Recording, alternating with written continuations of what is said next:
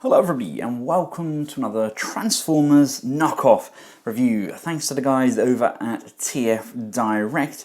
Today I'm taking a look at, what are we taking a look at? This is of course the KO MP10 in the shattered glass colours, but we wouldn't know that by looking at the box. I think these are being produced in a different factory because this is literally all we get with the box. It's a brown cardboard box. Apparently things happen differently over in the shattered glass dimension. Prime does come boxed in a plastic clamshell. Here we have him out of his plastic prison, and as you can see, things are noticeably different with MP10. He looks somewhat purple in colour. He is okay. These are definitely made by somebody different. The original KOs, is that a thing? That we had, it felt like the MP10. It felt extremely well. There's something just a little bit off about this plastic. I don't know really how to describe it. It doesn't quite feel as on par with the official productions. That being said, it's definitely a very sturdy piece. It does feel nice in hand. Everything moves quite smoothly. I do get a little baggie of bits here. There's an Autobot logo in there which looks like it's been made on Shapeways. It's really chalky. And again, we've got this little add-on accessory here as well. Do you guys know what that is? Because I honestly have no idea. I'm not sure if it's meant to have been in there.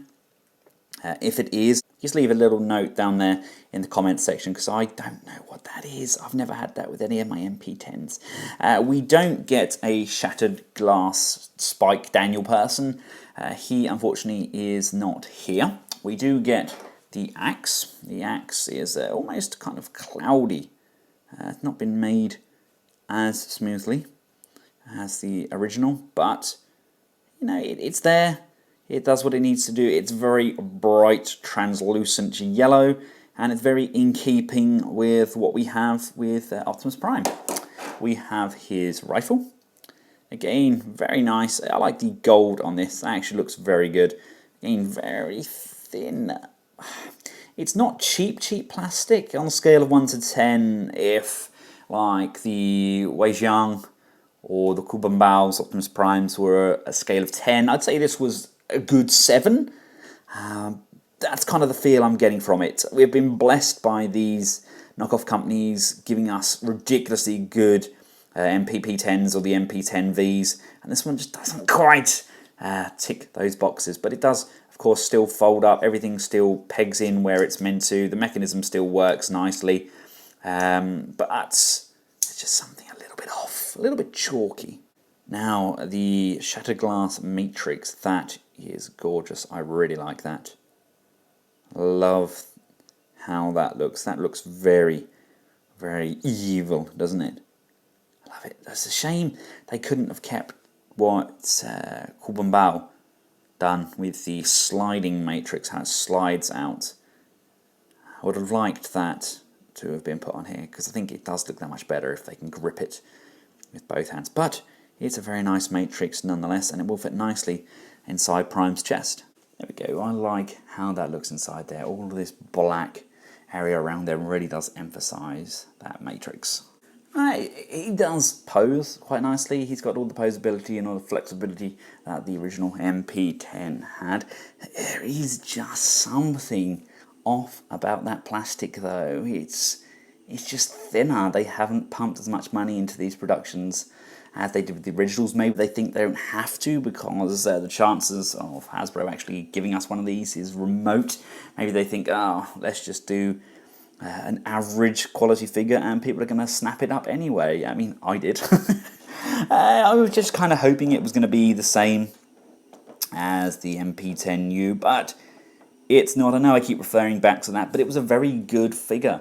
And with the likes of the MPP10, this guy's just a little bit underwhelming. I'm kind of just holding on and waiting for Weijiang to give us an MPP10 shattered glass version. I do like the paint scheme on this. The paint itself is very nice. I love the bullet hole in there. We've got the mirrors tucked in. We've got the till all gone on the side of the truck. I mean, his posture and everything is very nice. He does hold together quite well. But it's things like going back to where the matrix is stored. If we just pop that open and pop that open. Now the biggest issue I have with this piece is the fact it's missing the ruddy great silver section from the chest, which hides away the matrix. I can still lift this section up, although there's a pin missing from here, because obviously the pin was part of the metal chest section. It's all very well having it all black on the inside there, and it does look kind of battle damaged. Maybe the pin section got a bullet in, but it's blatantly missing. That is a QC issue. I've emailed TF Direct and they can see what they can sort out, but we will obviously have to see if it's a widespread problem, or unfortunately just mine, but it's definitely missing from the inside there. I mean, we bring in MP10 for an example. There, this flappy piece here, that unfortunately is missing from mine. It's things like that, and it's things like just that hollow feel to it. These feel quite brittle on top there. For a display piece, this guy is fantastic, but it's not cheap. You know, you're paying a little bit of money, and you really want to get a toy you can mess around with. He'd survive a shelf dive. He'd survive kids messing about with him and knocking him about. But for how long? That is the question. Got some sprue marks on the edge of the plastic, kind of getting the indication that this guy was a little bit rushed in production. They just pushed it out, maybe to compete with some of these other companies. Just little tiny things, the little bits make all of the difference. If they give us a half-assed figure, then chances are we're probably not going to buy any of the other ones from that line. Let's cover his levels of articulation. Now you probably all have some form of the MP10, but some of you, this may be your first time looking at it, so let's just cover it anyhow. The head can look that far down and can go all the way up. Now you do have this neck rocking motion on here, but you do also have the ability to move the head up individually on its own pivot as well. We do have a left and right motion. The antennae can move backwards and forwards. You can get a fair bit of expression in that face. The shoulders can come inwards and outwards on a slider. We do have full range of motion there on a friction joint. We can come up, not a great deal, pull it out and go up about so. We can rotate at the upper bicep. We can extend the bicep down, or we can subtract the bicep if you want to shorten those arms. We do have wrist rotation. The wrists are nice and tight on this figure. The fingers can come out. The trigger finger itself has an additional point of articulation, and the fingers are not loose at all on this. They were very loose on my Hasbro version. This one, they are pretty darn tight. The waist can rotate. It's very tight and it's on a friction joint. We come round to the legs. The legs are on a ratchet joint, a very, very tight ratchet joint. The knees themselves, again, on a ratchet joint, although the knee ratchet is somewhat looser. It's still a ratchet nonetheless. I gotta tighten that up a little bit. I think maybe I can tighten that up with the screwdriver. I'm not sure. I'll have to have a look inside. There is an upper thigh rotation there. The knee bend is approximately 90 degrees. Come down to the feet. They do go up and down, and we can pivot them, and the toes and heels do move independently. The axe does fit on perfectly with no issues. There's something about the shattered glass colour scheme which is just glorious, isn't it? I love the Autobot logo painted on the arms there, and just something about that black and purple, it just really does work. I just love how this guy looks. I can't emphasize that enough. In hand, he looks amazing. I just think the final production quality has really let him down. Now, the gun does still fold down quite nicely and fits on the back, although it doesn't seem to really lock into place as well as Hasbro. It is alongside Mitron and MP10. I really do need to sort out MP10's arm. He's still got half of the X2 Toys Shadow Fisher kit on there. I need to get him fixed up really. Mind you, most of my toys are still in boxes, so no great rush there. As you can see, these two do look pretty much identical in stature. I imagine they've just literally ripped off the mould and taken it from there, at least with the Waijang and the KBB. They've added the extra vents, etc. on either leg. There's various different differences. If you want to check out those, then flick through my channel and just search Waijang or Kubambao.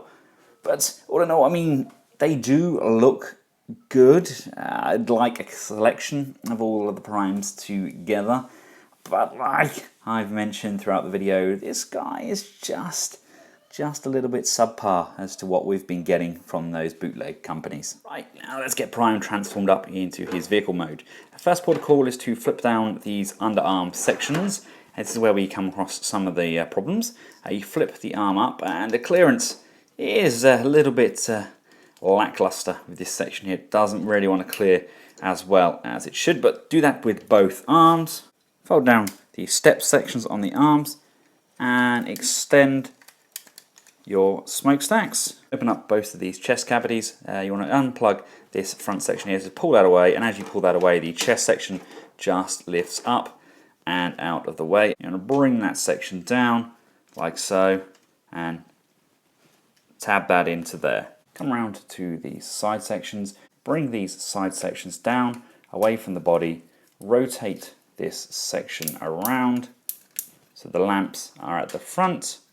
Bring this whole matrix holding section down, and that's going to tab in between there, and you can just see the grille. It's going to form nicely. Bring the arms to the back, push this section in, compress the arms, and slide those nicely into this segment next to the grille. Rotate Prime's head down into that crevice. Again, look, see another big sprue mark there, and just close off the cab sections.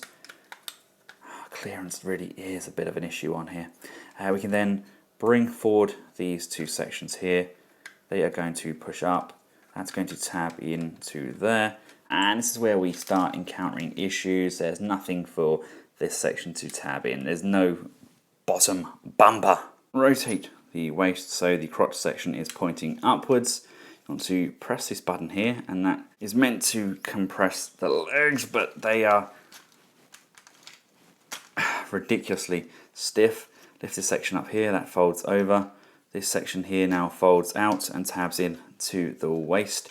Do the same with this leg, push that in, and with brute force and ignorance, push that section together. Again, this section folds down and meets in the middle. This section folds in and tabs into place. Come around to the front here. This section opens up and slides down into the center. This section opens up and slides down into the center, which now allows these two sections to tab into place. This section folds over, this section folds over, and they actually slide along nicely and tab together at the bottom. And here he is, all transformed up. He looks right banana, doesn't he, without the front grille section, but I've done all I can. I've sent the email across. You can't blame your suppliers for this. This is a manufacturing fault. At the end of the day, these are knockoff companies.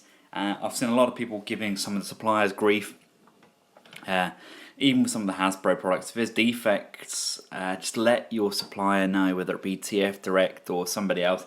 Just let them know. Don't go blasting them with hate mail, etc. Just let them know that there's something wrong. I've sent my email off. I shall wait patiently for a response. Other than that, it does look pretty nice. I mean, it kind of rolls. These are a little bit stiff. There's a bit of clearance issues in there. The wheels are rubber. They don't roll.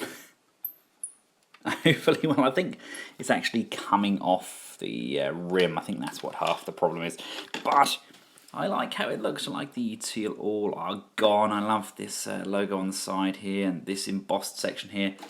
Still have no idea what I'm doing with this ghastly printout, but hey, we have a shattered glass Optimus Prime. At the end of the day, he's a big purple chunk of plastic. And he really does look the part. Love the bullet hole, love the overall aesthetic. The colour really does pop. Love these green sections on the front here. Are we ever going to get one of these from Hasbro or Sakara? I think probably not. I really can't see them doing one. Love the tail end of the truck section here. You've got some really nice big bold sprue marks, completely ruining how he looks from behind. The gold is very nice. Again, we've got that translucent glowing green at the end of his light sections there. Really do like how that looks. Overall, I think it's a good purchase if it was complete. If we're getting these and we have everything in there with the chrome bumper and everything, it's a bloody good purchase. But you have to bear in mind, this is not up to par with the likes of the MP10U or the likes of the Weizhang MPP10 or the Kubenbao's MP10V. They are leaps and bounds ahead of this. This is almost a back step for the knockoffs. I mean, I've had those Seekers from Kubenbao and BB7, and they do knock the pants off this. It's just something a little bit untoward about the plastic that just doesn't really say, Ben, this is amazing. If you have found this video useful, please feel free to give it a big thumbs up, share and subscribe. Thanks again to the guys over at TF Direct for making this review possible. If you like the look of this figure and want to take a chance whether you get a front bumper or not, then hit the link in the description here below that takes you through to the TF Direct page. Until next time, everyone, thanks for watching. From myself and the Shattered Glass Optimus Prime, till all are gone.